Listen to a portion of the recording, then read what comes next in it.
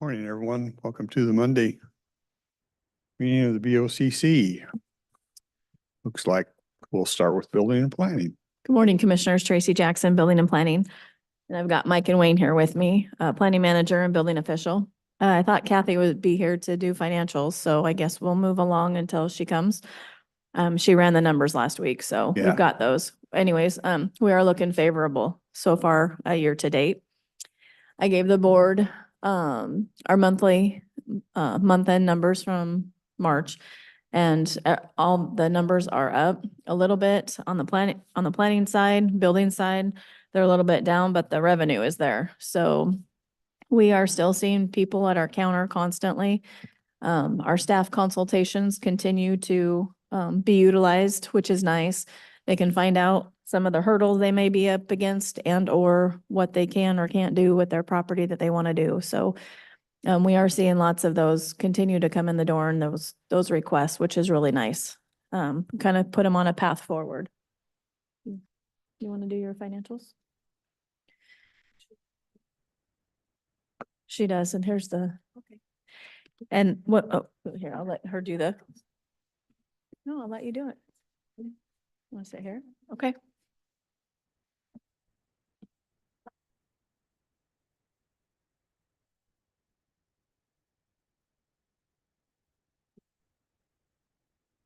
Kathy Funk Baxter, Finance Director. Sorry, I'm late.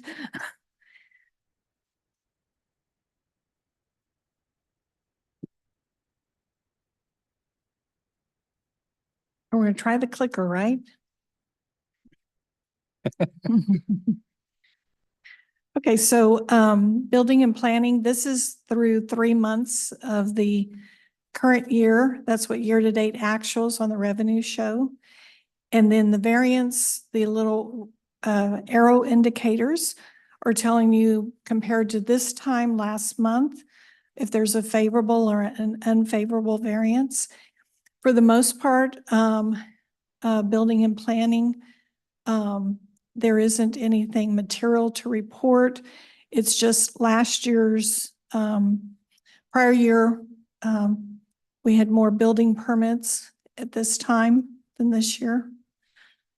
So that's what the licenses and permits unfavorable variance is.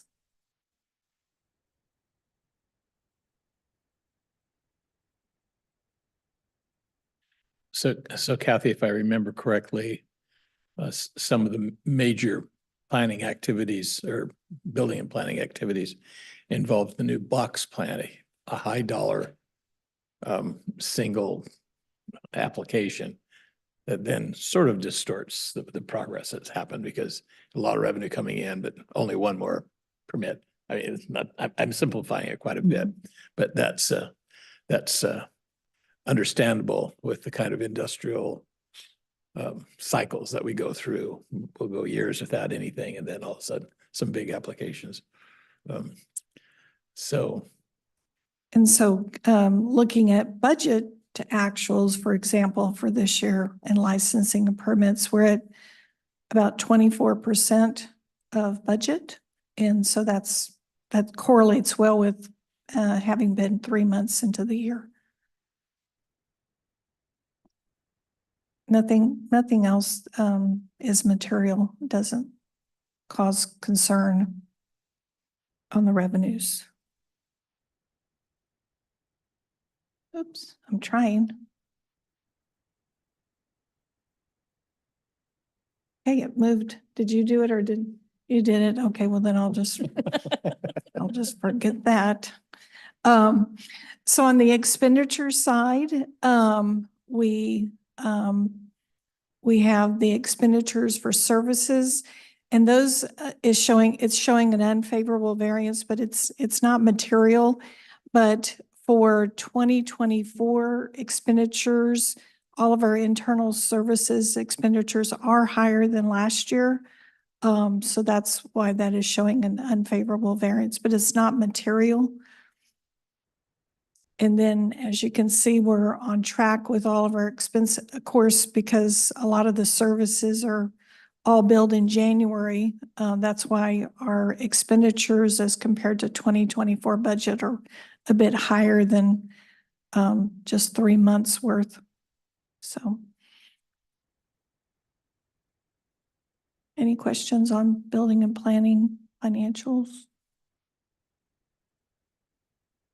Community long-range planning is the other area that is under building and planning, and this is a general fund account. And I didn't see any, there's a small unfavorable variance, but it's immaterial, compared to prior year, so. And that's on the revenue side. And then on the expenditure side, So Kathy, Yes. In the long-term planning, long-range planning, I'm assuming that is where the flood hazard planning documents are taken care of, correct? That is correct. That's where the $235,000 grant monies were awarded in 2020, the end of 21, to be expended in 22 and 23. And then they didn't get expended in, they were supposed to be expended in 2022, and the report didn't get finished until 2023. That's why it came out of 2023's budget. Correct. And that's still not finished?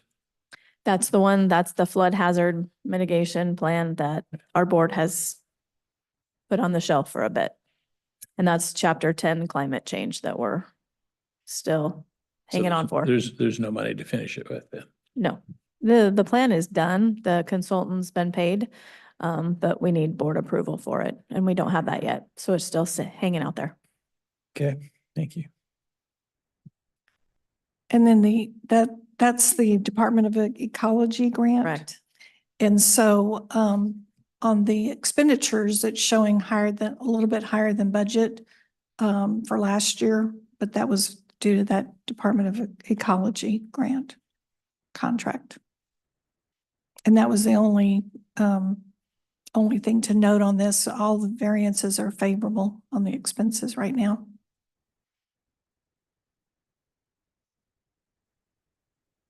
And that's it for financials for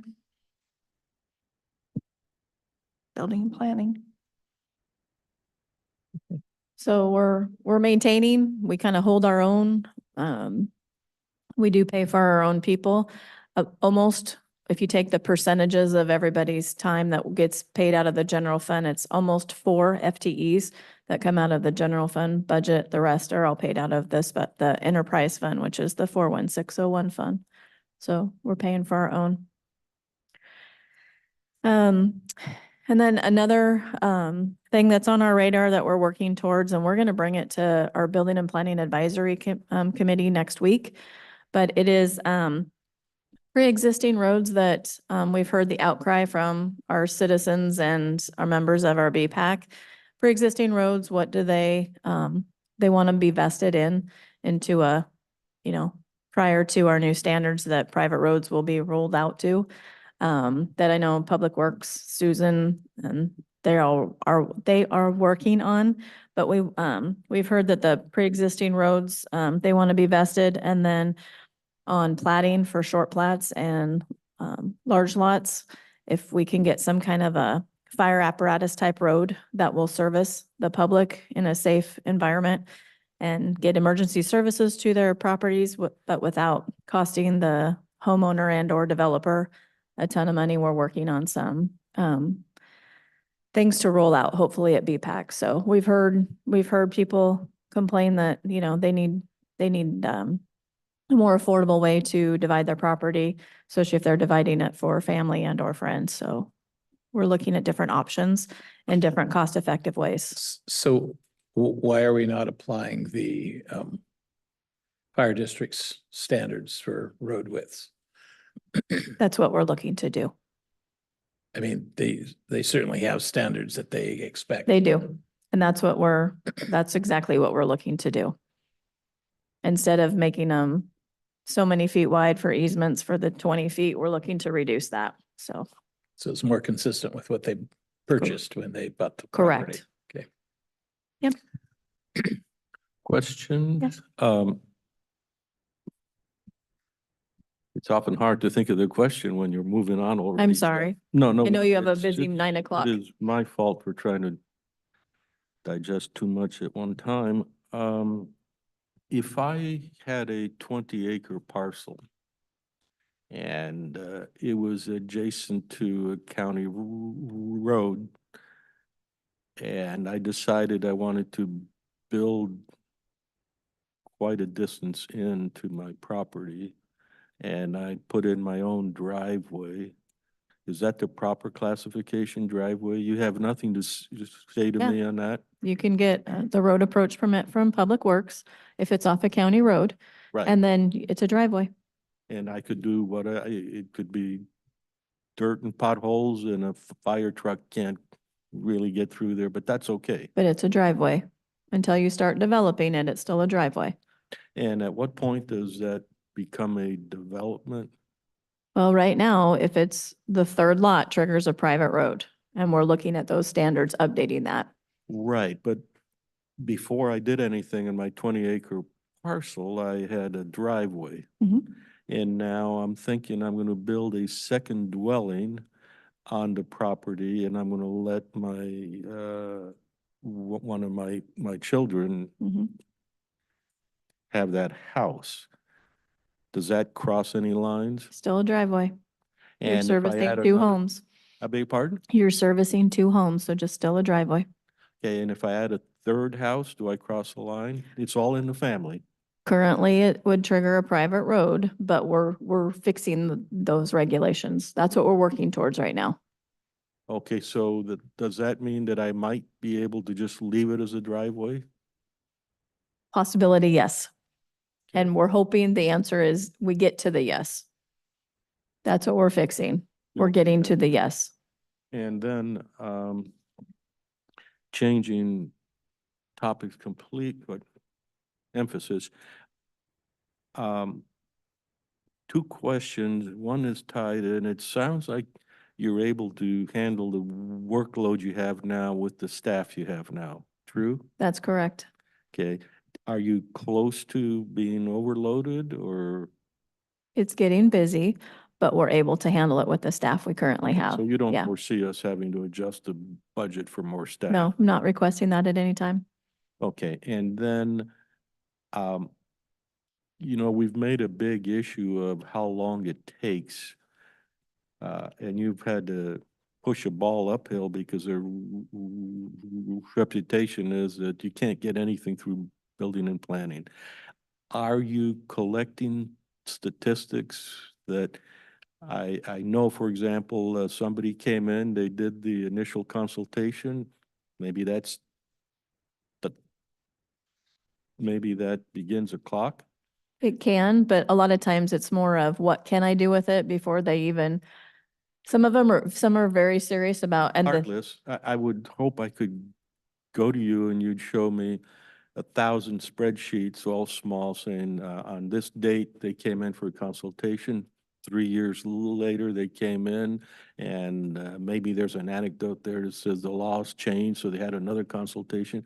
Anyhow, it's always good to see how development proceeds. okay, And that's kind of helps us find out yeah, it's obvious. Okay. That's all I had at the moment. Thank you. Oh, Kathy, you'll email those to us or, yeah.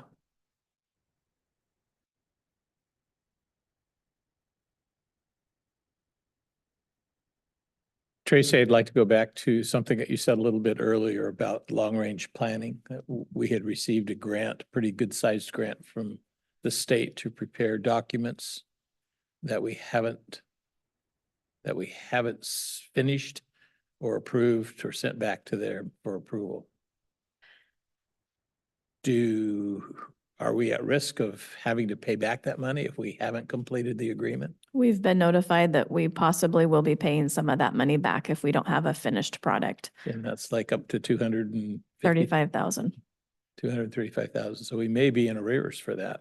We could be, we're hopeful not, but we'll see what the request comes. I know that they're reviewing what's been submitted. So, And Probably somewhere in the notes for the budget, we might want to make that just as a reminder, so we don't forget it. there may be a penalty for not finishing on time. And maybe a couple more questions. The mine's a terrible thing. The mining ordinance, what's the status there and the time? That was the next thing on my list. Okay, let no, me that- stop you there yeah, then. No, it's Uh, fine. Boundary line adjustment, we made a decision as a board. Correct. You tabled it. And I always like to think, I made a decision last week. Was it the right one? If things were perfectly obvious, you wouldn't have to review things, but that one seemed complex and it was an ambivalence I certainly expressed. What's your conclusion here today?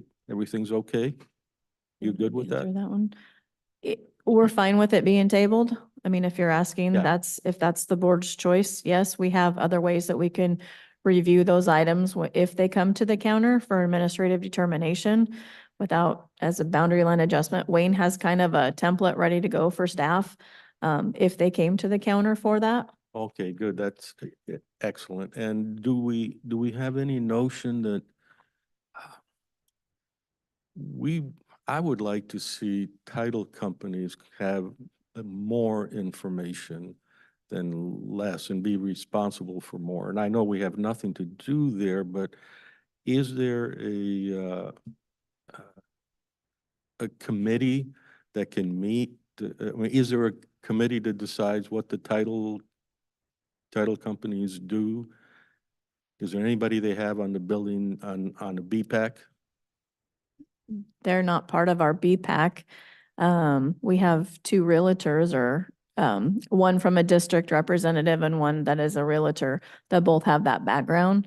They are their own businesses though, and they have their own Yeah. standards that we have no control over.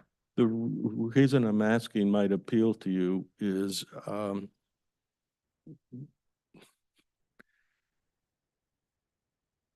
we force people now to get a permit through our monopoly. And it would be useful in my mind if we could make it such that for non-public facilities that I could get permitted by J.H. Kelly in lieu of going to the county. I think that would all work fine if the title companies would record or would keep it track. This was permitted by so-and-so.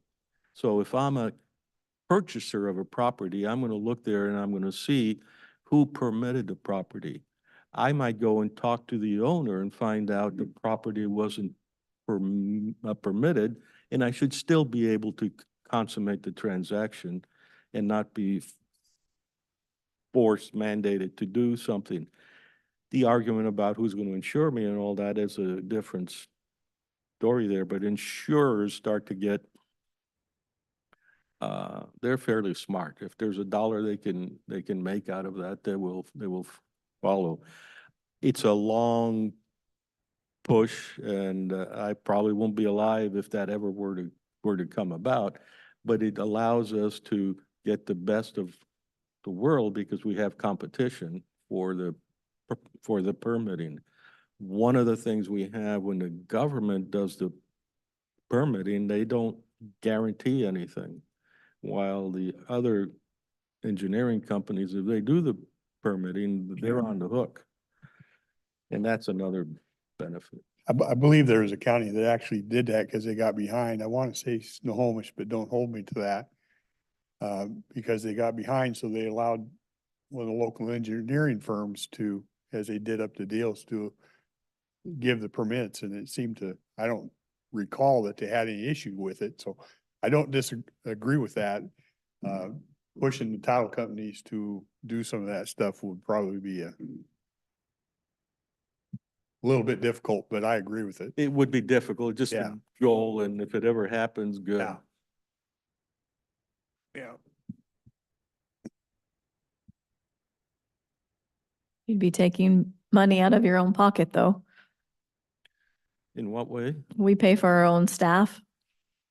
through those permitting fees. So we would be reducing our department if you're going to Oh, look yeah, elsewhere for that yeah, stuff. I must be the strange beast because thank you for actually even mentioning that. I take a look at things from the perspective of an aggregate of what is best Yeah. for the population. And competition Competition always, is good. Yes, honest competition. correct. And then I was just gonna let you know that for the surface mines, it is going to Planning Commission next week. The planning documents are out. They're on our website. They're available at the counter. We can print them for anybody if they would like them printed. We've met with the ports, we've met with constituents, we've met with some of the members of the work group, and then everyone has been invited, as well as, of course, it's an open invitation anyways for Planning Commission public meeting. So that's the only thing on the agenda, and we're looking forward to having a complete ordinance coming in front of the board. I had received some constituent email and I forwarded. You have, Like I always did. and Did we've any- met with them. Did that, you met with them and that was addressed and Absolutely. And we have, so far, we've heard we're being supported by bringing we're not looking at it site specific. We're Right. looking at it countywide and holistic, different approach. So just out of curiosity, do we have anyone chomping at the bit to open up a mine? nope. Nope. Is it fairly accurate to say that the ordinance is pretty close to the temporary stuff we've been living under? Mm. Do you want to address it? It is with respect to the requirements and the standards. The primary difference is that under the current regulations or the interim guidelines, conceivably a surface mine could be proposed anywhere on any property in the county, subject to the interim controls. Whereas the proposed ordinance, you would have to have a specific land use an eligible land use designation to apply. Gotcha. Tracy, I wanted to point out that based on the data that you provided us, the department is more productive than a year ago. 307 applications or activities year to date for the first 3 months as compared to a little over 250. So pretty nice increase. Part of that was we did increase staff last year.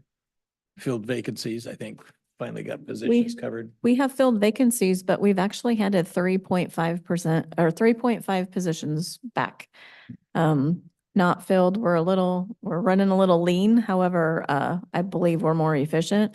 We've put more resources towards the counter and we're doing more at the counter. So we're really trying to head stuff off at the counter and help them as much as possible. And those staff consults, we didn't track those before, but as you can see, this last month, we did 16. We do several a week. And it is important to get people at the counter, just ask the questions, and we try to get all of their obstacles out of their way so they can move forward. I do notice on the list that there was no activity with regard to marijuana stores. I'm assuming that means they're all in compliance. That I know when they first started, there was a major problem of them thinking they get permission from the state and they go ahead and Right. build and didn't have to comply with local rules and regulations. We've got that all sorted out, or is there still a lot of non-compliance? There's still a lot of non-compliance. Is there a plan to, it's not, I mean, it's fundamentally unfair to the businesses in general. Right. Who comply to have an entire group that thumbs their nose at the same kinds of safety rules and regulations that other businesses have to. These are the ones that are outside city limits. Right. And these are, we've been working with our prosecuting attorney's office as to what rises to the top for what they can help us with for code enforcement.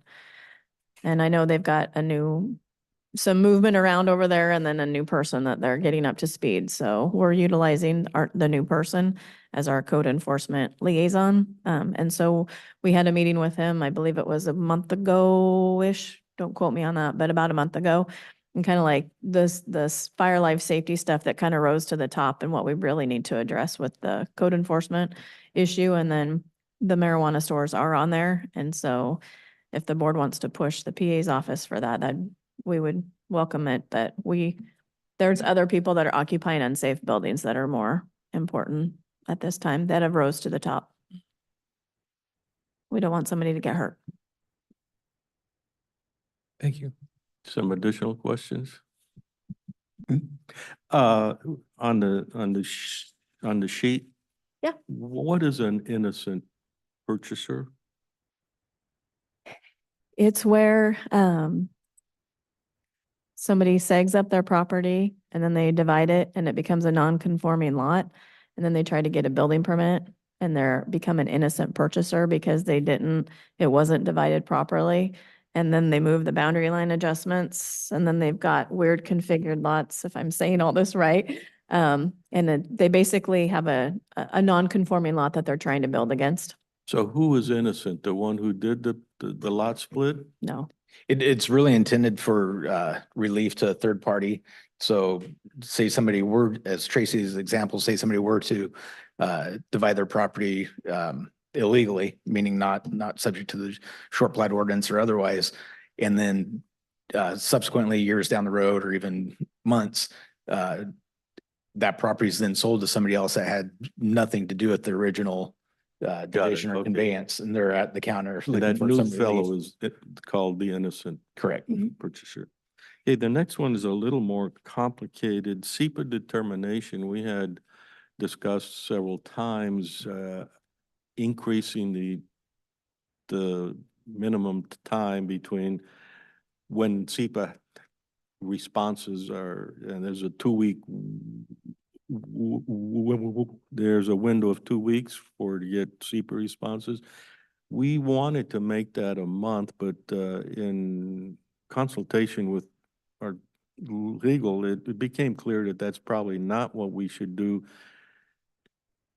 in the code, but we might allow greater time. Am I recalling that So correct? it would depend on if there's a public hearing involved or not. So a standard SEPA threshold determination, there's a 14-day comment period that the county won't act on an application until those 14 days are up. If it's part of a public hearing process, meaning to the planning commission and or the board, then that comment period that is still open for the project itself, but not in consideration of appealing the SEPA determination. Can you give me an example of how it would? So for example, if somebody were to propose a subdivision on their property, they would be subject to SEPA. It's over 5 lots. It would go to planning commission for a public hearing. So we would first issue a SEPA notice together with the notice of application and public hearing. At the expiration of the 14 days, SEPA is no longer appealable unless somebody were to file an appeal. Whereas the comment period itself, not the SEPA comment period, but the public comment period is open until the conclusion of the public hearing with the planning commission. So how do we behave if the SEPA 2-week period didn't really produce anything alarming, but subsequently something alarming came up? So we passed SEPA, but did we really? I'm trying to figure out how you use this extra commentary that comes in after the closing of the window. So, so only if new or different information came to light that wasn't included in the original application that the original SEPA determination was based on, then we could withdraw that SEPA determination and issue a new one. So a SEPA determination that had been accepted Mhm. could be withdrawn. Yes. Subject to other commentary. Correct. Okay, thank you. That's kind of similar to that little controversy on Cloverdale about the tire dust. That was a new factor that we hadn't considered, and and some agency said, "What, stop." And they threatened to take away the funding for that. I mean, that's one of the things you're talking about. We hadn't asked anything about tire dust being created by bike paths. So because apparently that's supposed to be part of a SEPA. And it didn't get asked. Typically, most SEPA determinations are that the project would have an insignificant impact on the environment. So that after a 14-day review period, you don't have any red flags that are waived. And so you go on and we don't do an impact statement. Correct. The other determination is when there's going to be a much more significant impact, we need to have a full review. And then that's the longer process where if depending on the issue, busloads of sixth graders come up to Cowlitz County to testify against a project. So that determination is whether it's insignificant, short version, 14 days to appeal, or we determine that we have to go through the full-blown hearings. Correct. There's actually three determinations. There's the determination non-significance. There's a mitigated determination non-significance. That way, if during the review of the project, there's likely adverse impacts, but we can identify specific mitigation measures to address those, we can issue an MDNS, or the mitigated determination non-significance. And the third is the determination of significance, which would trigger the environmental impact statement. So the mitigated significance would be an example of the subdivision off of Hall Road that had some acreage that was wetlands, and there was a plan to adjust that. Correct. So that didn't have a full-blown Exactly. review. So one of my questions is when we come back to roads, the road construction issue, and whether the fire district is okay with roads in a plan. When do they usually get involved? Do they respond with the initial 14 days? Is that a very typical thing for fire districts, or does it have to get elevated to a bigger project? Right. And so with that, not all projects are subject to SEPA. So there are times where new private roads are proposed, and we still send those out for interagency review independent of SEPA. Sometimes those interagency reviews are in conjunction with SEPA. So for presumably any project or any development that would require new private road and an expansion or a modification of a private road, the underlying district would be notified through our interagency review process. You brought to us several months ago a development on near Carlin Loop on Coal Creek. Mm-hmm. And there were questions about roads. Did the fire department and fire district 2 ever respond to, yeah, those roads are out or okay, or did they not respond? So to date, there's a couple different developments in that area. One that you saw in front of you was a request for a comprehensive plan amendment, changing the map from small holding to rural. There's been a series of boundary line adjustments as part of those properties and nearby and adjacent properties. The private road itself did go out for interagency review. We did receive comments back from the district, and largely those comments require that the private road complies with the International Fire Code. And Mike can speak more specifically to what those standards are, but in general terms, the road needs to be 20 feet wide with a gravel surface, 12% maximum grade. You want 13 feet, 6 inches of vertical clearance. If you're over 12%, you can go up to 15 with a paved surface typically. They want to, depending on the length of it, they'll look for an approved fire apparatus turnaround at the end of it, so they can get in there and get turned around. That's that whole program that we have where the landowners have choices. Correct. That can make their homes safer and less reliant on the fire district. I could just say, part of our concern over the SEPA comment period is not just new information, but the fact that 2 weeks is not a lot of time for people to do a lot of research or anything like that. So it's just 2 weeks is a short time, but as long as that's in the law, if we stick by it, we will protect ourselves.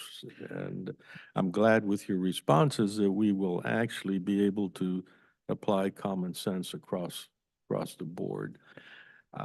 The most common complaint we've gotten always is, I didn't know about this. And of course, that's always the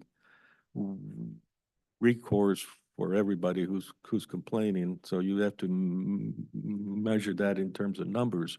So development up in the Lexington area with the traffic study and so forth was the classic example of people got kids, or maybe they went on vacation and so forth. And there is cause to be concerned regardless of anything else. Commissioner Mortensen brings up a good point about the days, the number of days and how we count the days. With the work week now down to 4 days, does that 14-day now become 3.5 of our work weeks? It's 14 calendar days, and it's always been 14 calendar And days. the calendar days is required by state law Yes, or local policy? no, state, We could increase it, but we cannot decrease it. correct. So we do have the option of making it 14 work days if we wanted to give people more time to respond. I think based on the attorney's recommendation, which I think was appropriate, was don't change that in the code. Go by the state rules in the code and then exercise common sense after that. Right, and it's with the SEPA process, it's really incumbent upon staff to identify those projects that do have a likely significant impact. And with those, we can send out an advance scoping notice to the public, to agencies to request that, to just say, hey, this one looks like a big project. This one looks like we're going to have a lot of concerns here. Please give us your preliminary comments, if you will. And that way we can take that into consideration before issuing a determination. And so those simple projects, for example, a 3-lot short plat that may have a creek running through the northwest quarter, it's still subject to SEPA, but with appropriate mitigation in the form of buffers next to the stream, there likely will not be a significant impact. It's a good thing we don't live in an area where there's a high likelihood of landslides. Right, exactly. Yeah. Hmm. I think the state put that in, from what I could read, was they felt that some entities were extending those out for projects that they really didn't want to do. And the state was saying, no, you can't do that. You need to make a determination. Other question I have on page 2, and it just jumps out to me, and because it's so much different, is commercial industrial permits. Now, some of those, a lot more activity this first quarter than all of last year. So I don't know if some of this stuff is just in the works and then it just happens to hit, or is that pretty much what it is? Yeah, they'll be around for a while and then we just happen to see them. Yeah, these projects are typically projected out, several years in advance. And, when they hit the ground is, the timeliness of the contractor. Yeah, so it's just Right. good. That's it. Thanks. The box plant and the improvements at NORPAC were the two biggies, weren't they, last year? And Yes. And that reminds me of another question, probably for Tracy more, but it's, we've had a lot of new dwellings come online. Do we have a number for the number of actual occupancy permits that we can see adding on? Because I think affordable housing just means you need more houses. And that has a feature that you put in 900 new houses and all of it's a non-linear system. It's like, how much will you pay for the last glass of water? You'll pay a lot, but the first glass you might not even bother. Are you asking to quantify the number of occupancies? Correct. Yeah, okay, so For every, single, for, or where a family would move in. well, Well, If I have a 200 apartment building that I just got certified and fixed and all that, you've got 200 occupancy permits granted, right? okay, for instance, an apartment building, one certificate of occupancy would be issued, but it would in that certificate would quantify the number of units. Other than that, all individual dwellings. Don't complicate things. I'm Okay. just saying, people need a place to live. I don't care how you classify them or not. If we are in the business of certifying this is a habitable facility, how many new habitable facilities have we cleared or said it can be occupied? Well, the number of permits issued associates the number of certificate of occupancies that would be issued. We had, at one time, I think we had what, 500 permits out there for single-family dwellings, and I don't know if those 500 homes came online. Do we see that reflected in the price of housing? What happened is really,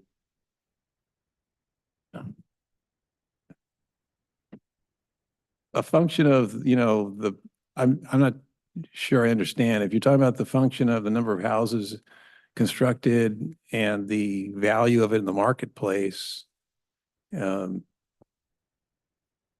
couldn't draw that conclusion. I mean, they're not decoupled. You've got to be careful about drawing any conclusions. But it's clear that we find our cost of housing here continues to increase. And we've tried to fight that by adding more housing. And my question is, are we gaining ground? Are we losing ground? Part of that is if we get cheap enough, we're not just an isolated environment. We get people from Clark County that want to come up, and that'll offset things. And if that concerns you, I agree with you. But those things, in the absence of the data, we don't know exactly how to think about things. I mean, from an economics practical standpoint, the more of something that you have, the lower its price will be if the demand is constant. Well, the demand isn't constant here because you build it and they will come. Well, we also hear a lot of complaints about that. So just trying to understand the nature of the flow of people, the price of housing, and how much effort we put in. I mean, if we grant somebody something to build housing for someone from Clark, are we doing the right thing? Probably, but I don't know. It's open to question where we tend to think about things a little more provincially, but well, anecdotally, I could respond insofar as the cost of development overall as compared to Clark County, as the example you gave, is less. And we do attract business from, that area for that reason. The cost of land is less, the development stream is less complicated. We hear that repeatedly. And of course, the fees are less and we don't have impact fees in addition to that. So we do attract that. yeah, no, I know that. But do you have a number of how many occupancy permits were granted for single-family dwellings since the beginning of the year? It's the reflective of the number of permits issued. Okay, so that's in your clearance? Yes, every building permit that is quantified in those lists, upon conclusion, is mandatorily issued a certificate of occupancy.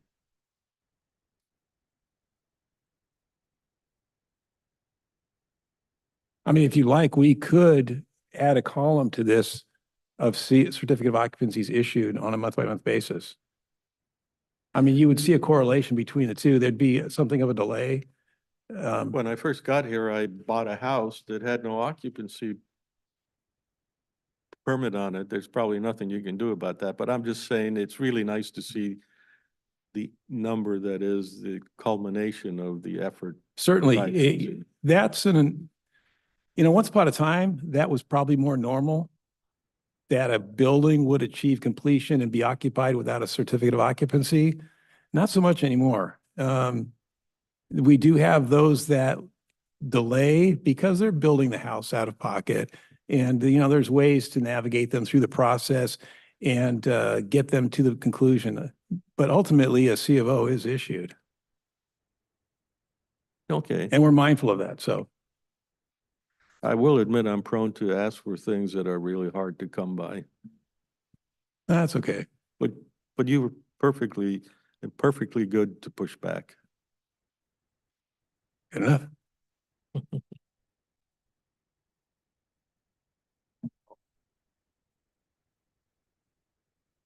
Okay. Appreciate your time. Thank you. Thank you. Ren.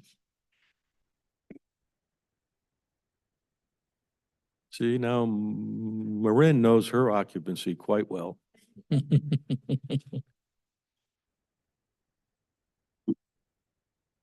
Wow, this is a stack of them, huh?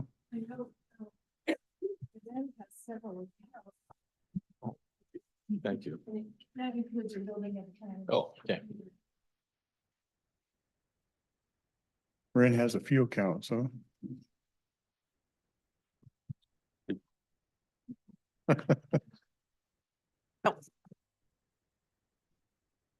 Thank you.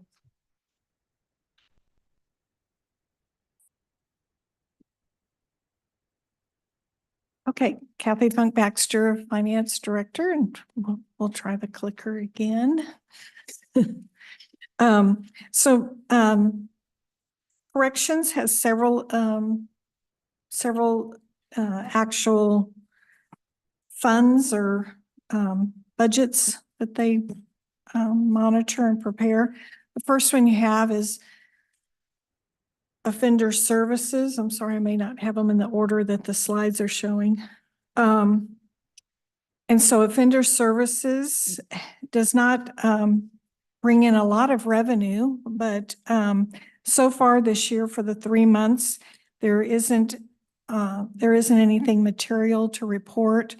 It shows an unfavorable variance, but that's in the fines and penalties. There's really nothing on the revenues there. Let me see if I can make it go. Yay, success. So on the expenses for offender services, there's one small unfavorable variance for the 3 months, but it's immaterial. And they're right on track with their expenses. In services, of course, because most of those are the internal departmental billings that were all done in January. It's showing a high percentage of their budget is already utilized, but that's because most of those expenses are billed in January. A question? Just a recommendation.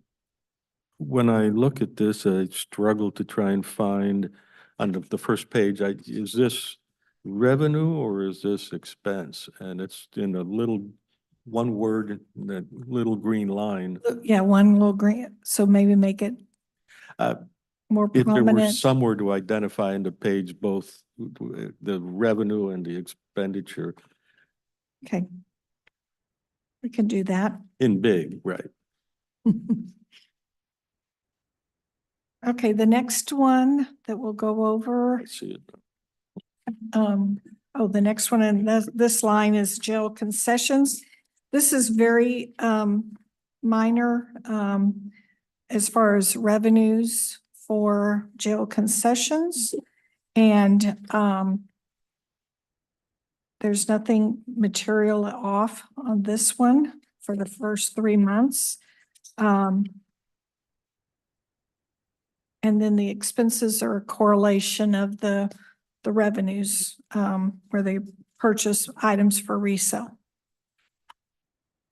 So these are things inmates can buy, like whatever it might be. It is that, yes, indigent supplies. So if inmates don't have any funds, we provide writing materials, basic hygiene items. Waste, Yep. those type of things. Yep. And things we provide for our inmate workers. They have different uniforms, different shoes, and that sort of thing. The revenue end is reflective of the commission received through our commissary services and our phone services and visitation. What does, then going back one, what does offender services, what do you see in there? Sure. Offender services contains work crew, electronic home monitoring, community service, and the support Gotcha. around those. And the revenue is reflective typically of work crew services out in the community. We get paid by Okay, thanks. companies. Yeah. And that is where I can call you up and say, I have a grassy area that needs cleaning up. Do you have a crew that can do that? Not on private property, but yes. So we have a Public, contract with yeah. Department of Ecology. We go, we're out having clients They do litter pay pickup. you, Yeah.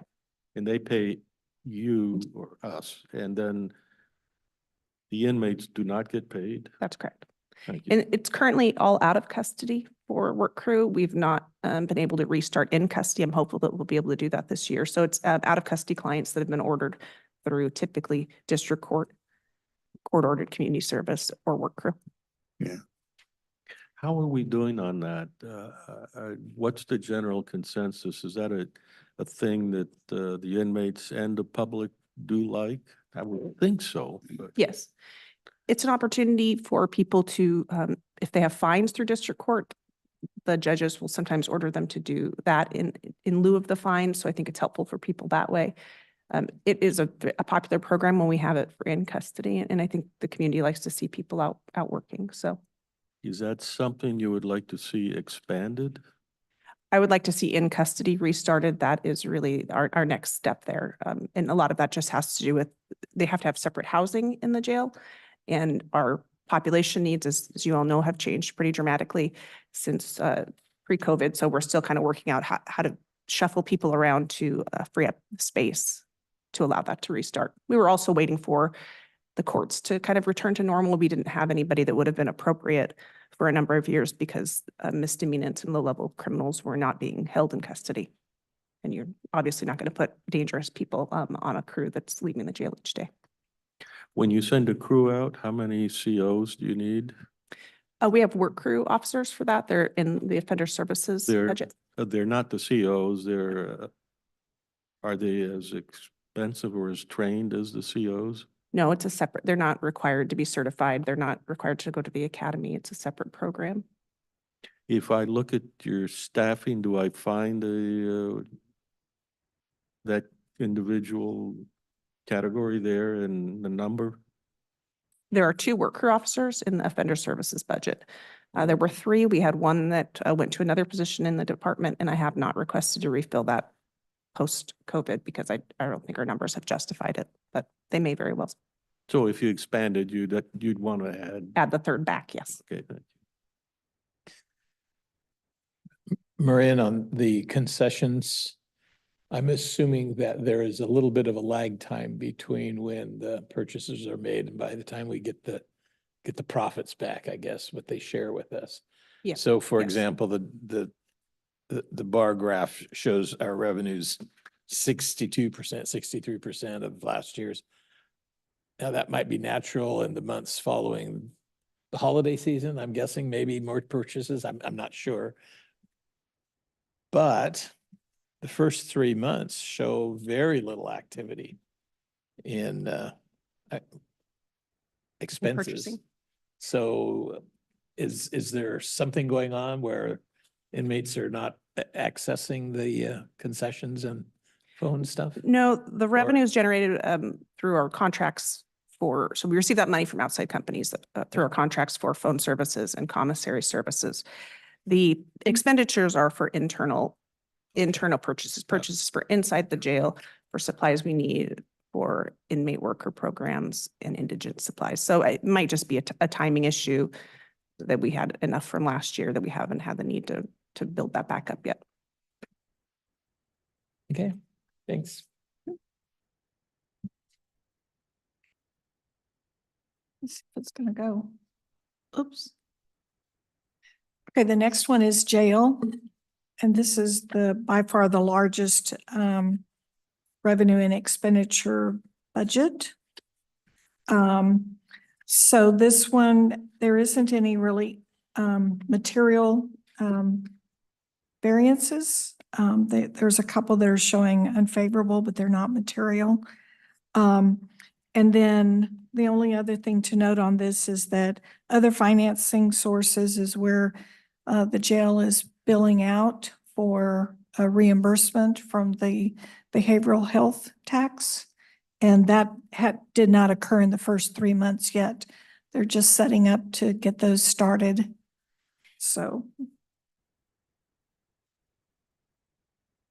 And the goods and services are the billings that are done to the other cities, And so last year, our revenue far exceeded our budget. And so we're tracking and getting that.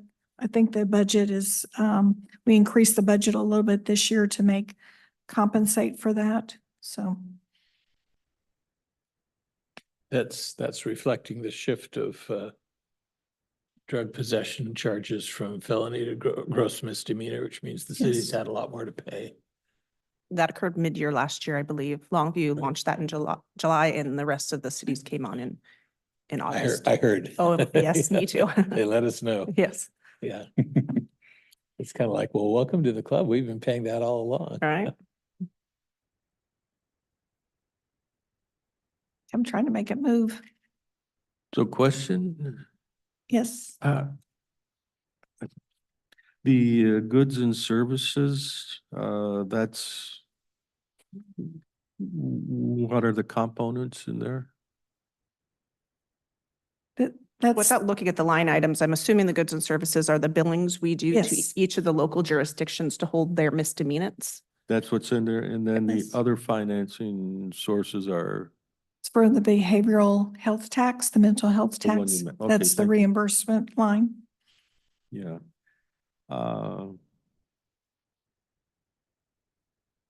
The goods and services is something I'm trying to figure out. It's here, I'm sure. I'm slow.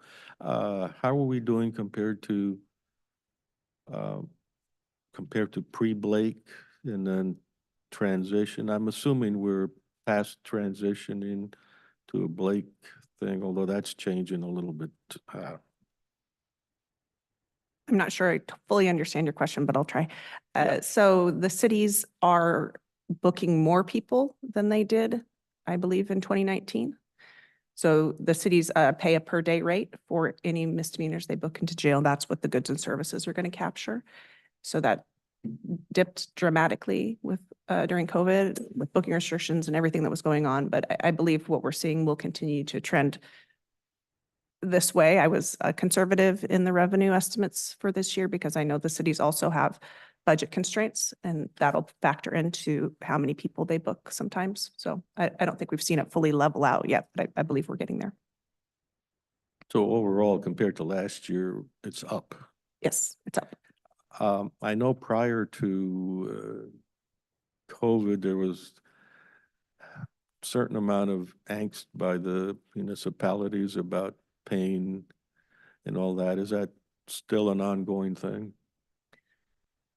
Well, they never want to pay the county for okay. anything, but we're meeting with them this afternoon to continue discussions. We've actually, our contract for jail services has been out of date since 21. So we're meeting again to get the contract back where it should be. Some of that was by design, also based on how many things were in flux last year. So it didn't make sense necessarily to come to the table till things smoothed out. I thought we had done a contract with, well, it was with the DOC, we got a hard fought contract. And that was about 3 years ago now, at least. We just did an amendment on the DOC contract. Okay. So that one typically doesn't have a lot of changes. So frequently it's just an amendment, an extension and an amendment. And that one we extended, I believe, 3 additional years. And we haven't been in an official contract since 2021. We've been operating. Under the old freely, contract, which has Yeah. happened previously. Sometimes it takes quite a while to get an agreement. And that's what you're looking at now. Are the number of DOC clients back up? Or have, they were like closer to 100 or more than Right. 100, and they dropped way down during COVID. My assumption was that they'd done some changing of policies, and Yes. the numbers are not back up yet. No, and pre-COVID, that number had diminished. I don't believe we'd been at 100 for quite a few years. I want to say we were maybe in the 30 to 40 range pre-COVID, but I could confirm that. Yes, DOC, the state has made quite a few changes to how many people they're supervising. I mean, that obviously was directly affected by Blake, and they've made some decisions to sanction differently, use work crew more, but the DOC numbers are coming up, and I can pull those together and send them to you. But I want to say they're maybe in the 10 to 15 range, nothing close to, 30, 40 or 100.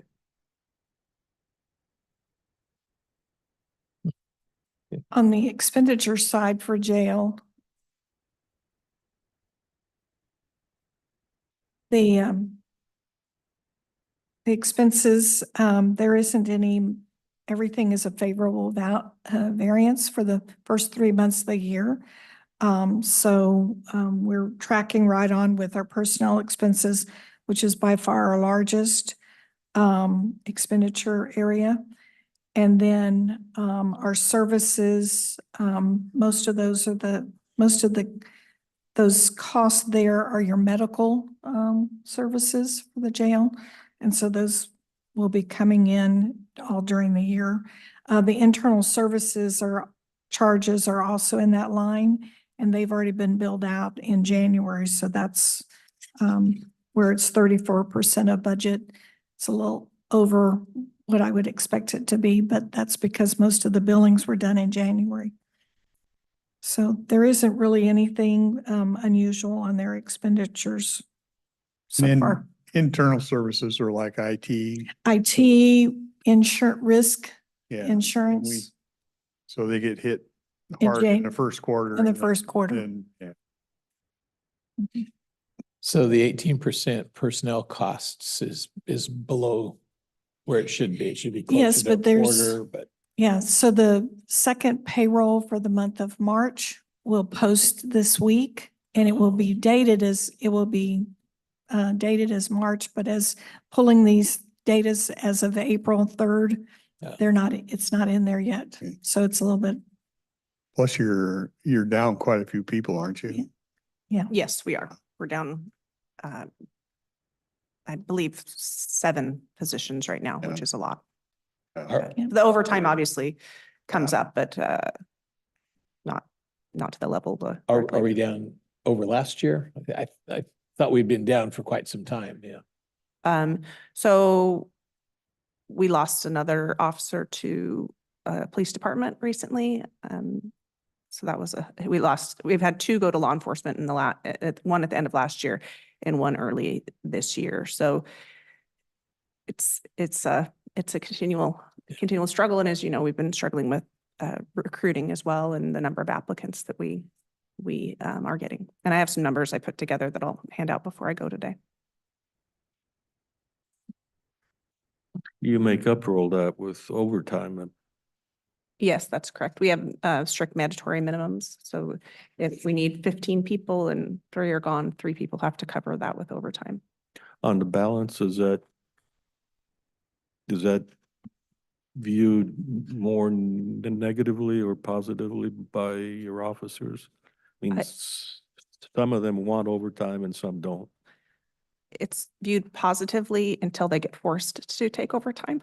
So they like the overtime when they want to take it, but understandably, no one wants to be forced to work when they're not wanting to work. But it's just, contractually the situation that we're in, and we're doing everything we can to, obviously to recruit, we've opened up for temp positions to help backfill, and we had quite a bit of interest in that. So I think we'll at least bring 4 temps on that will cover quite a few shifts a week. That's going to help, especially as we're going into summer and continuing to try to bring on new hires. And the last area that is in Marin's budget is probation services. And so probation services, of course, there's a very small unfavorable variance, but it's immaterial on fines and penalties. And so they're on track on their revenues. And then on their expenses, there really isn't anything material to report here. They're on track on the personnel and their other budgets. So.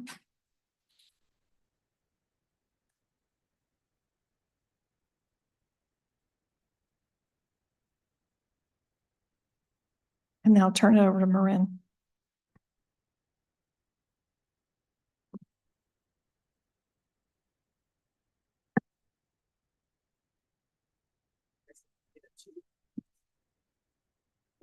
Thank you.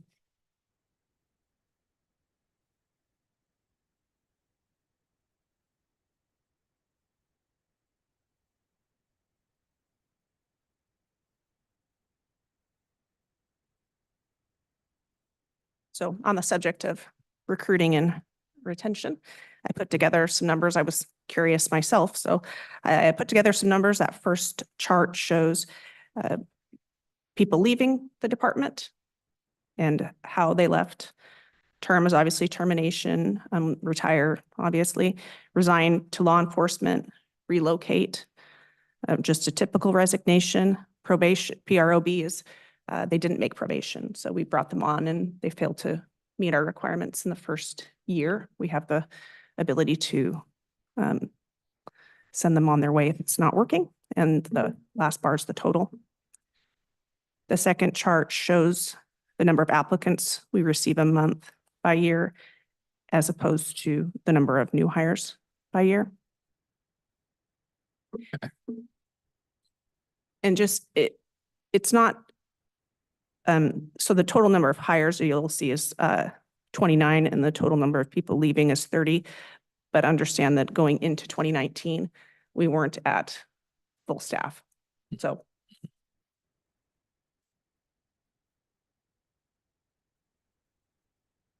what we're facing is very typical of what jails are facing across the state, especially with recruiting. I just remember when I was the newbie on this commission and we were struggling to balance the budget, that you made a very tough offer for us to accept reduced staff at the jail and help. We did a number of different strategies to balance that year, but I've always appreciated your willingness to tighten the belt. And yeah, unfortunately, I don't think we've ever gotten back since that.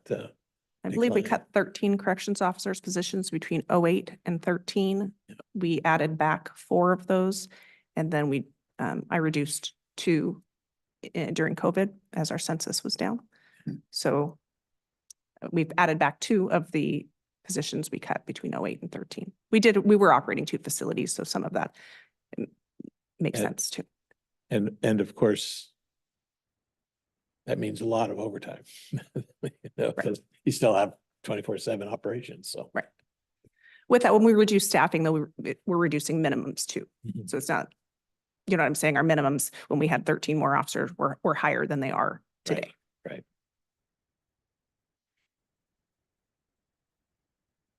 All right. Any other questions? It appears that over the years, people wanting to enter, if this is an indication, enter this line of work is decreasing. Mhm. The people that want to choose this as a line of work are decreasing. And I think, and I'm not sure if it's the nature of the work or it's the wages of the work or that type of thing. Do you have any kind of handle on that, or? I think it's both. I mean, I believe law enforcement and criminal justice in general hasn't had a great 5 years as far as PR. And, you know, it's a tough job and we're competing with, you know, I always say like Target. You can go work at Target and make 20 $2 an hour, or you can come work in a jail and make 27. And that used to be a bigger gap, and that the amount we were paying would make up for some of what makes this job really, really hard. And I think that's tightened up, and people just aren't necessarily, it's not worth it.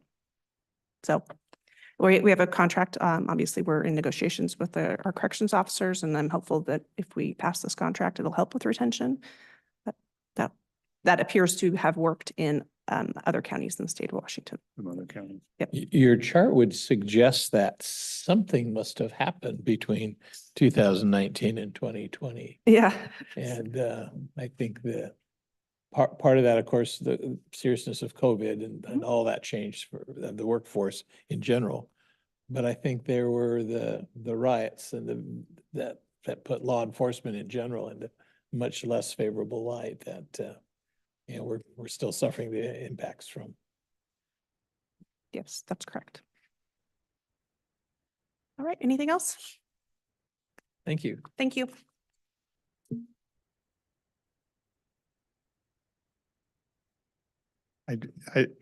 I'd be curious if the education centers, like your community colleges and your deals that have criminal justice type degrees, if those are declining too. I mean, if it's somewhat of a popularity concern.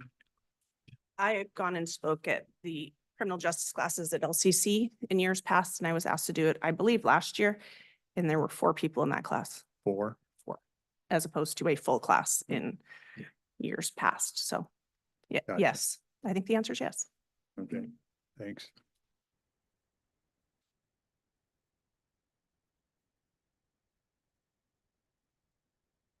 Okay.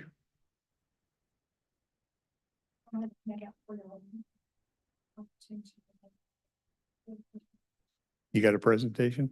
Okay.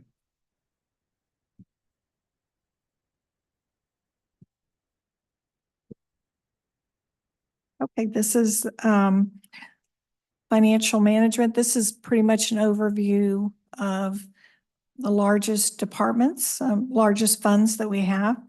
So we'll start with slide 2.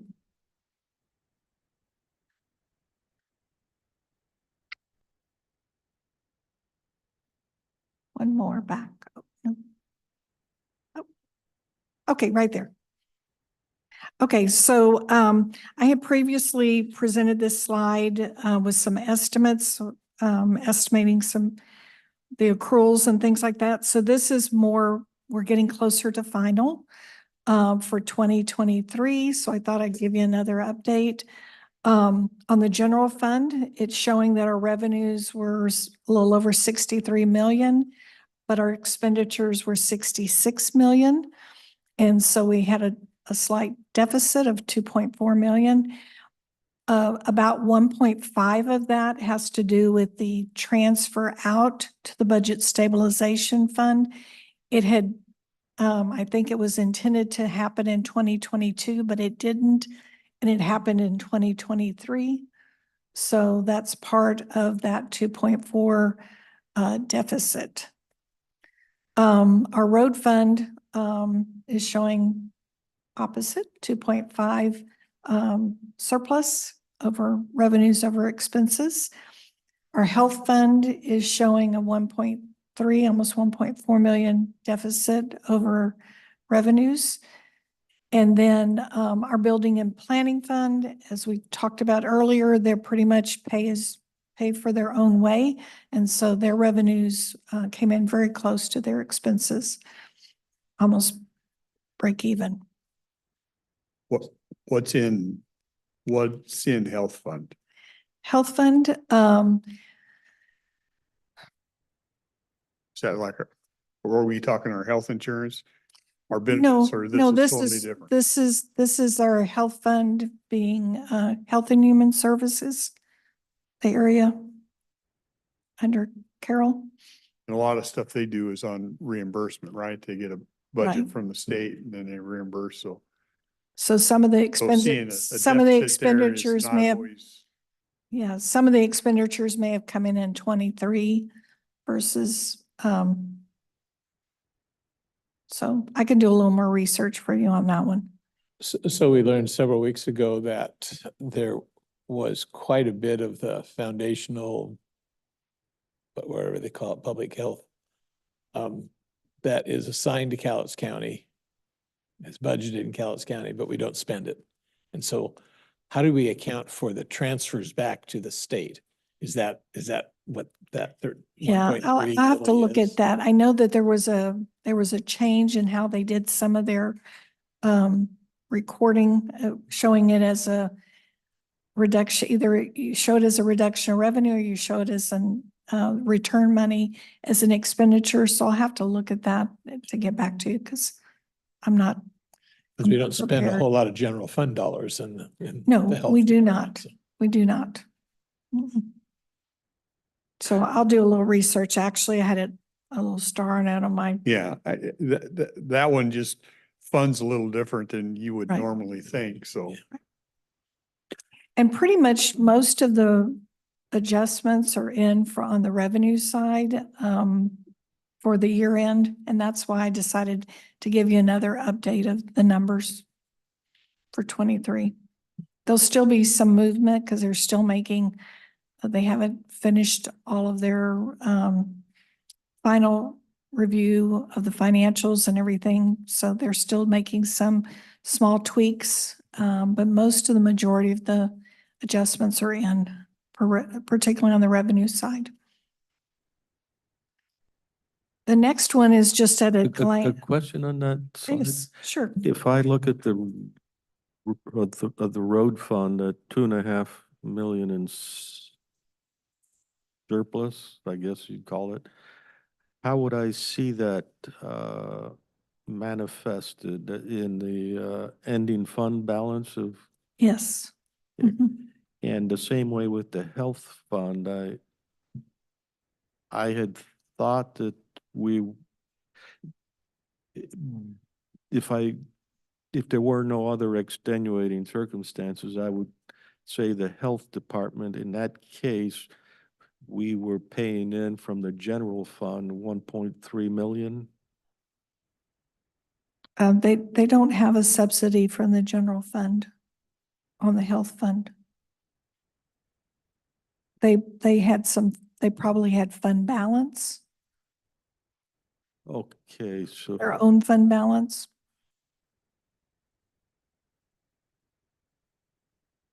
would it, so how do we know in something like that if we're in true trouble or not, if we've got some systemic issue we've overlooked? Yeah, I don't believe that we are. I believe they had fund balance. That's why that happened this way. But I'll research it and I'll get an answer back to you. Yeah, even if it's a fund balance, the fund balance will be drawn to zero at some point. Yeah. Okay, thank you. The next one's just for 23 also. It's a glance. It's telling you, where our actuals were compared to budget. We brought in more than we had budgeted for revenues on these major categories: property taxes, sales tax, and the mental health behavioral tax. And then you can see how they did as compared to the prior year. So overall, on these major revenue categories, we brought in about almost 4% more than we did the year before. So isn't the Law and Justice Fund also a sales tax generator or generated from the sales tax? Yes. Mhm. Okay, and that's bigger than the mental health tax, isn't it? The revenues. It runs about the same as the mental health tax. Is it a 1/10 of 1% also? Mhm. Yeah, so you could kind of correlate. Mhm. Okay, I thought maybe it was 3/10, but. And then the next slide, I just wanted to show you, it has to do with our property tax collections. And I did a little analysis. Our 2023 number there, remaining balance is $245,000 as of March. So we pretty much have collected 99% of the assessments for 2023. And as you can see, some of the prior year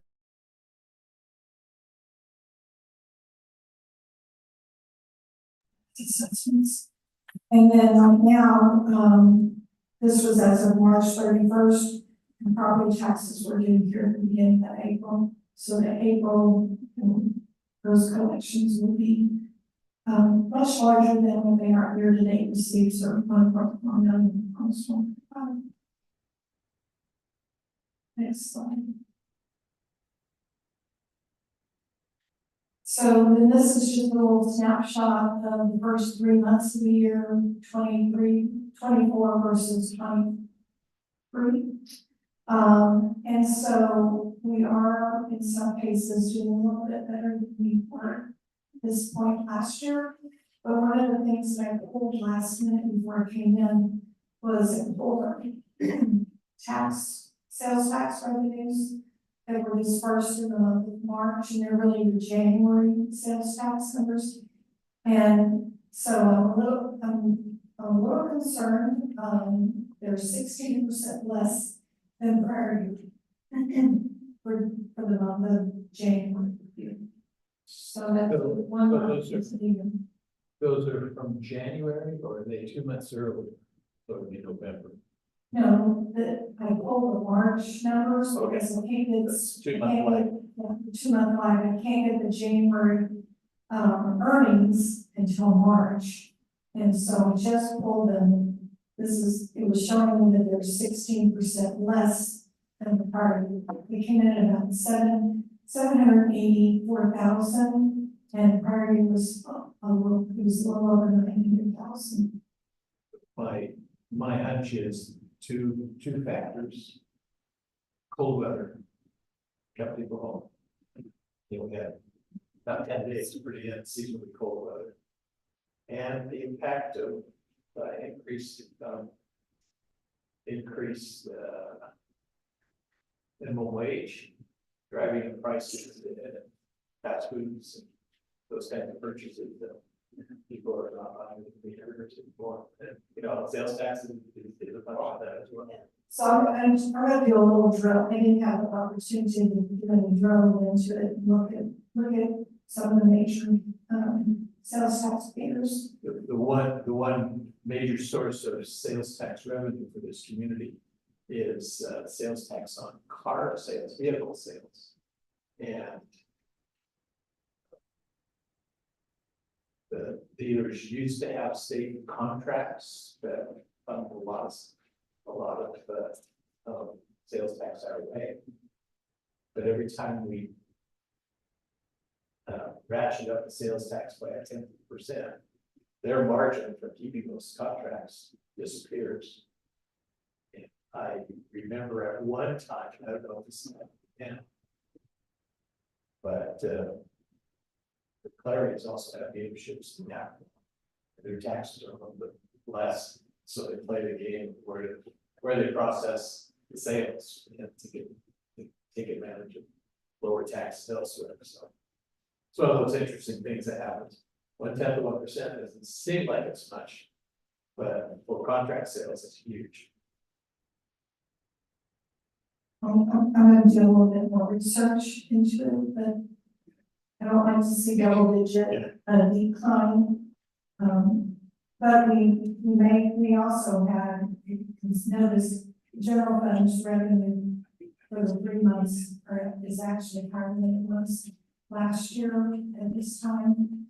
So I'm going to do a little more research. But overall, we're actually favorable in all of these areas compared to last year.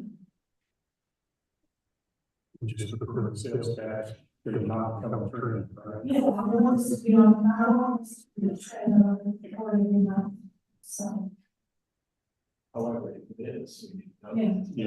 And that's why we want the meetings, keep you apprised of what's going on. Otherwise, the rest of my presentation is pretty much the same as, I won't be reporting on fund balance till I know that the 2023 financial financials are pretty much set, and so I don't have anything to report there yet.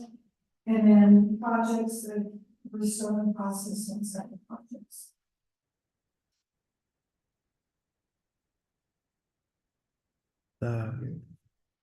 This is more questions.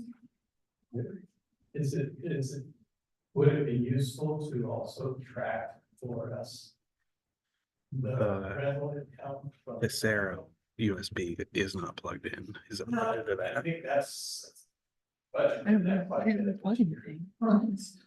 So it's 7 and those are, it's filled out quarterly, so it's reflected in the sort of quarterly, revenues. Where is it? It's already booked. And last year it was, 7 million.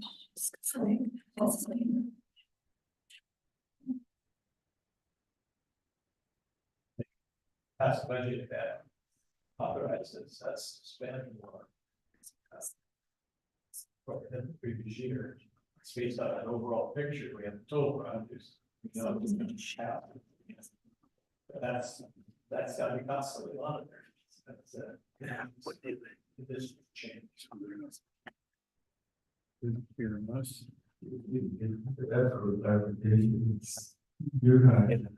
That might be the power for us. Financially, rather than, because they will pay us the 7.5 regardless. So there's really nothing to track there, I don't think. Well, I mean, it's assuming the contracts come in and the revenue is coming in at the But, rate but, that but we. that's what you'd like to know Yes, is what, yes, yeah. make sure we're on track. Okay.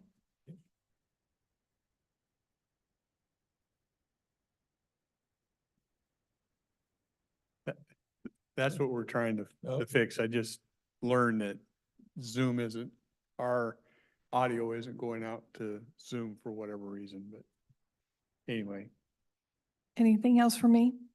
Kathy, thank you. Okay.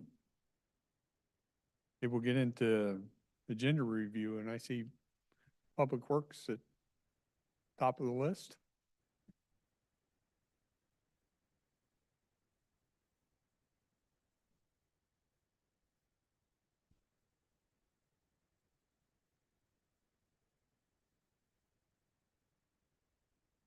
Good morning, Susan Eugenius, County Engineer.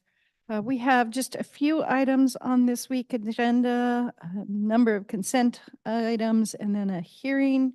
So our consent items consist of a call for bids for the Kalama River Road culvert replacement at 2.02 to 2.06.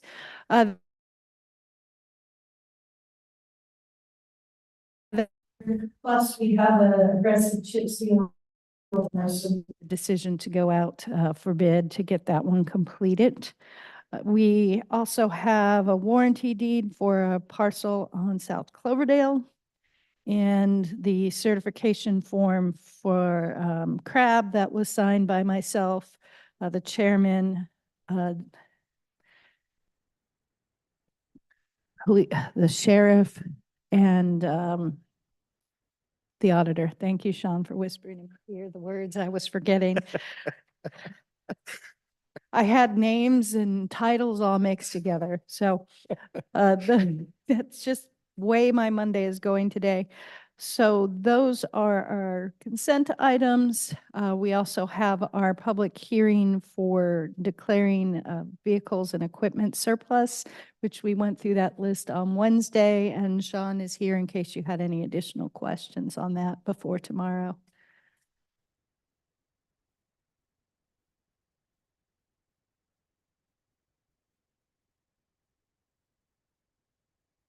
I think we're pretty straightforward. Great. Thank you all. Okay.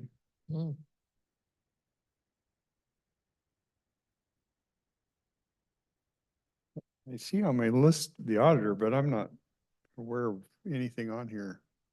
There is There, someone. okay. Good morning, Commissioners. Camilla Morning. Eastman, Chief Accountant with the Auditor's Office.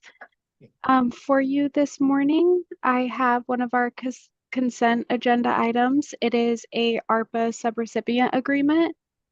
Oh, It is with the City of City of Kelso. Kelso. Yeah, okay.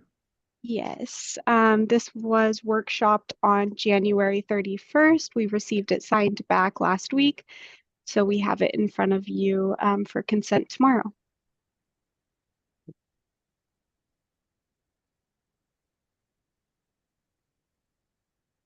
Just making a note. Yep, I don't have any questions on Yeah. that. Nothing on that one. No, thanks, Camille. Thank you. Thank Thank you, you. commissioners. Health and Human Services, Gina. Hey, good morning. I have, along with several advisory board appointments and reappointments, thank you for that. We Did have they all come one, due at the same time? and there was a handful on one of I know them it. that all came due, and there was a couple that I think had expired, so we were catching up a little bit and trying to get ahead. I found it curious that the chairman, the newly elected chairman's term had expired a while ago. Yeah, Yeah, I was hoping you would reappoint our chair.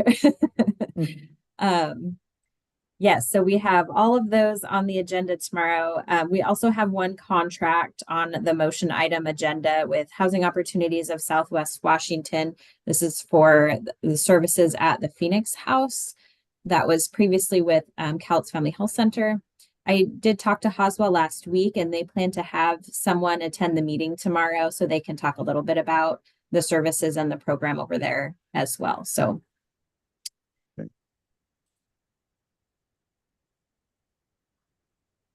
So this is pretty much just a name change. It's this similar to what we've been doing over previous years. But this is but it's the last year, right?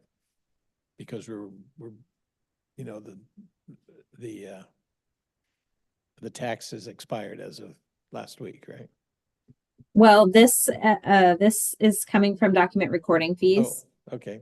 Yeah. Sorry. At one Sorry, I got my time, funds backwards. yeah. I do, at one time, I think it was with mental health tax. And then we switched it over just a couple years ago to document recording fees. The reason I just wanted to talk about it a little bit is that this board has previously been pretty clear about not supporting the social service side of things. Construction, yes, but this was an exception to that rule, my understanding. That also brings up, I noticed that several Long Beach City Council members were appointed to the task force, the housing task force, and I know based on meeting minutes and the meetings that they've had, they had considered a resolution sending the homeless program with their document recording piece, wanting to go back to the county and have the county take over the funding for, I'm assuming Hope Village. And they put that on hold till the end of this month in expectation that we'll have a workshop with them to kind of clarify whether or not this board is willing to do what they said they wanted to do with that resolution. I haven't heard that they've requested a meeting with us. Have you had any follow-up with their discussion? No, I haven't had any direct contact with the city about that. I just know, same as you, I had heard that there was conversation about dissolving their resolution to, to directly collect a portion of their document recording fees. In which case, if they choose to do that, then it would just come back to the county the same as it was before. And I think, then expending those funds would be the decision of the board. So I haven't had any direct communication though with the city about that or what their plans are. If I Now, might, maybe, and I don't know, I don't know if you two got the same kind of gist that this was something out there maybe coming back to us. Yeah, I think that there are arguments on both sides, and it's been discussed over the past few meetings, very lightly, actually, probably 3 months ago, more actively than last month. I think that there's a little bit there that is odd because as we have seen from how we have doled out, I'm not sure what the right term is, awarded requests on the dock recording fees, we have not made any distinction saying, oh, well, that's Longview, they've got to take care of themselves. As a general feeling, I would prefer if Longview kept their funds because it's closer to home, and I think getting something closer to home is always a preferable thing. I think, though, there's a downside to that for City of Longview, that they have to have their own homeless housing committee, task force, and plan, and that's just a needless duplication of effort based on what I think an outside observer would say. From my standpoint, I would just, if they requested it, fine, we'll take it back. If they don't want to do that, I'm fine with that too. Yeah. That's the same with you, Mr. Chairman? Yeah, Yeah. same way I would look at it.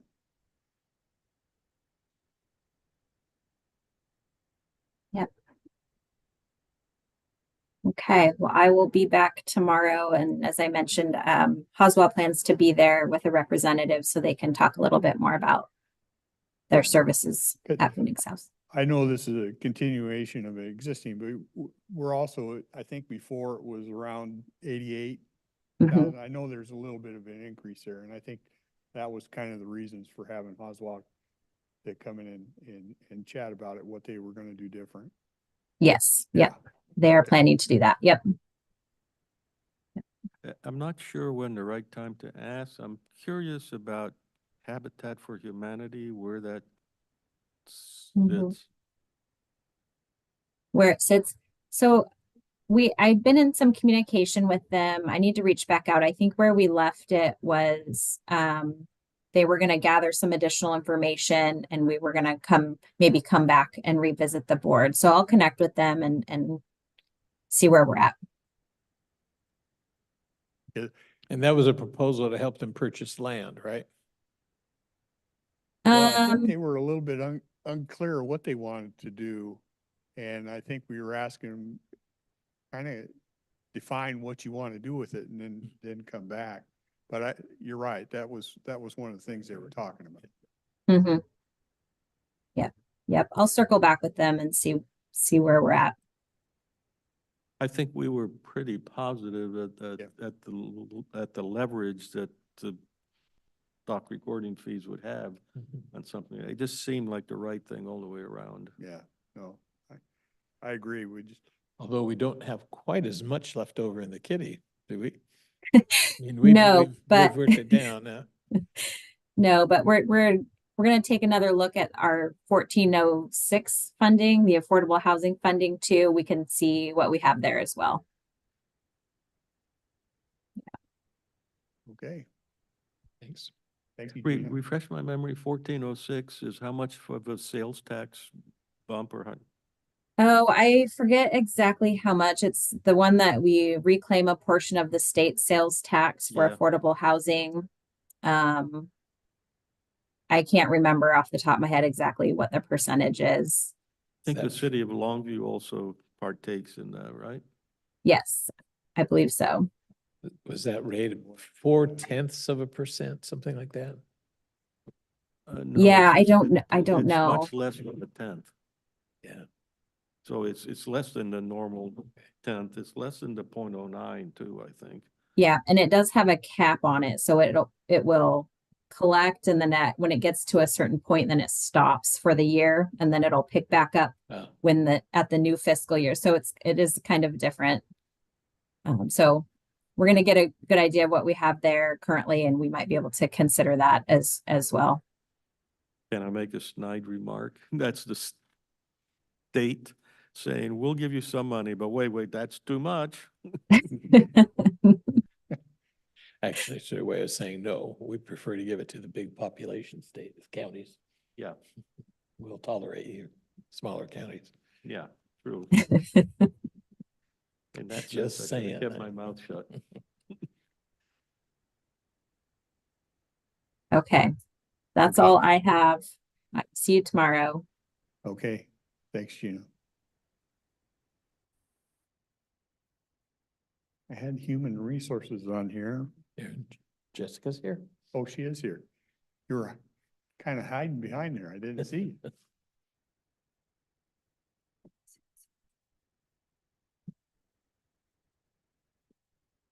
Good morning, Jessica Warren, Human Resources.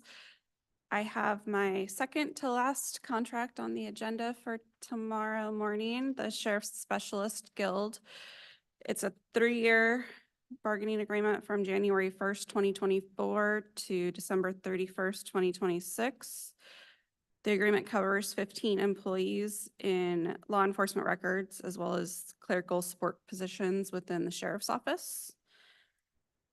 Cost of living increases for this group is 4% in 2024, along with a change to their step schedule. They previously had 10 steps and they're going to 9 steps. 3% cost of living increase for 2025, and in 2026, a 1.5 to a 3.5% increase based off of the CPI West class BC. June to June. Increases to the employer contribution to county insurance benefits is a $50 a month each year outside of the first year, which is a $200 increase a month, consistent with our other bargaining unit employees and our non-represented groups, totaling $1,850 for 2024, $1,900 for 2025, and $1,950 for 2026. Additionally, updating. On that, if I might understand, that means once you take everything else into account, there is in addition $1,850 that the county will pay Correct, yes, per year. per year. And then the next year, An slightly higher and so forth. Additional, yeah. And this is a maximum, so if insurance rates were to decrease for whatever reason. What? I know, maybe, just throwing it out there. If they do decrease, we only pay up to that. We don't give them extra money just because it says 1950. It would be up to 1950 based off of what the rates are. The reason insurance could go down is if they say, for example, we're not going to cover office visits. You know, they cut services. That's how they reduce rates. And, you Yeah. know, that doesn't happen very often, but Well, for example, our Kaiser rates, we have seen decreases in pre-COVID years. This last 2024, we actually received a 0% increase, which was nice. WCIF, we've seen regular increases lately, but it is a possibility. I'd like it to be more regular, but you know, it's just not how it works. so I remember when the Affordable Care Act was adopted, there was an upper limit to the comprehensive health insurance programs because it's non-tax dollars. Mhm. If I remember correctly, that limit where taxes kicked in was at $21,000 a year, which means we're getting a little bit closer to that if we're not hitting that already. Unless that limit has also been indexed up, and I haven't heard anything for a long time about that. Do you know? I do not know. I would have to research that. My guess is that that probably has increased each year. Similar to like the HSA contributions that an employee can contribute to their HSA accounts, that increases every year. Additional changes to the contract is changing the ability to use both of their floating holidays after 6 months employment. Previously, they had to wait until year 10 for their second floating holiday, and this is a change we're making throughout the county. And then an additional bonus leave after 20 years employed, which is also consistent with our other bargaining groups. This contract had a lot of language changes. These two groups used to be separate and they combined during the last contract cycle. So we did a lot of additional cleanup on the language to make it consistent and more as a whole, they're one group now, so there's less separation between the two. As well as some updated language for the 24/7 records division regarding overtime call-in procedures and their scheduling procedures. And then we made changes to leave language to reflect changes to the state leave program as well as our sick leave language.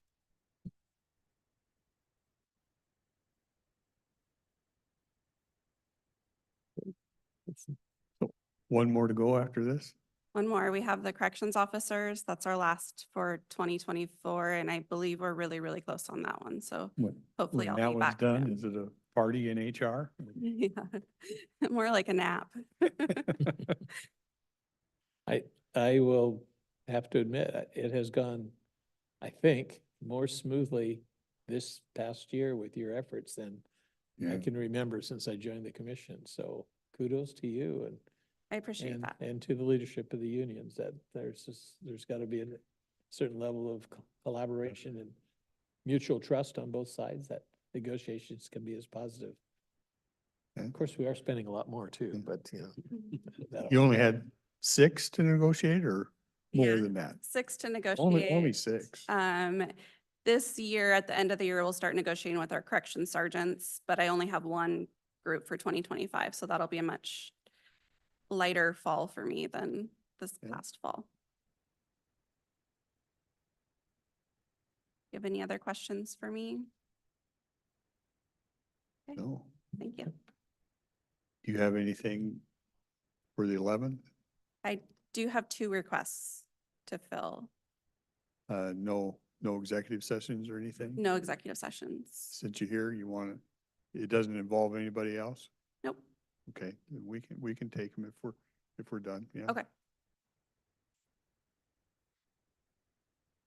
The first request to fill I have comes from Public Works. They're requesting to fill an operator 2 at Longview Shop. Along with the domino effect, the employee put in his resignation effective April 15th. Yeah, I'm good. Okay, And then second request I have comes from Office of Public Defense. They're requesting to fill a legal specialist. That employee left the county at the end of March. So they're just refilling that one position. And this could also have a domino effect if somebody within the office moves into that position. looks good. Thank you. That's all I had for this morning. Okay, And I'll see you tomorrow morning. okay. Thank you, Thank you. Jessica. Any public comments?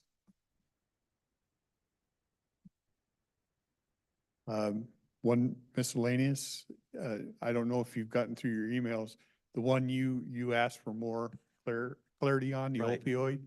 It sounds like, not Doug, but, David, Mr. David Berger, yeah. has reviewed that and you can take a look, but he sounds like he's okay with us signing that. Right, he is. A question, there's only one signatory. I think that should be you, but for some reason, your name was always on the list for some reason, yeah. the track, yeah. So I think it's set up so that you could sign it, and I don't think there'd be a problem with It- that. You guys are okay with that? I'm fine with It that. sounds like that's It's a if I multi- read a lump sum, and that could be pretty healthy sum coming in. Yeah, how To it. was I it? don't want to speculate on a dollar amount, but This is the third one, isn't it? This is the Johnson and Johnson. this is one, the third Johnson one. and Johnson. It's not paid over like the other ones, 15, 16, 17 years, whatever it is. Yeah, for the public, that's opioid lawsuit stuff, which just for clarity, we did not participate in the legal attack, if you will. Afterwards, the settlements were such that we were encouraged to participate.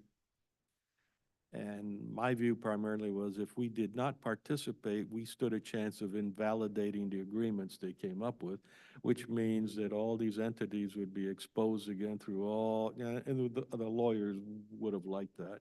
And I wasn't interested in that, so we partook.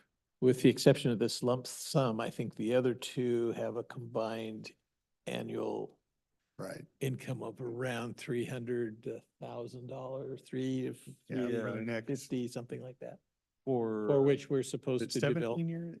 For 16? 17 16, years. 17 years. Yeah. And And this that is- one's, That's supposed to compensate for the damage caused by the industry promoting the use of oxycodone, primarily oxycodone, and as a pain relief. And we haven't set anything up yet because we're still gathering the dollars that are available. yeah, I know Gina and HHS are still trying to digest the best way to deal with that, but so we'll sign that and whenever that comes in, we'll have another group. Okay, I just want to make sure you all saw that. Okay, Good. with that, we will adjourn. Thank you.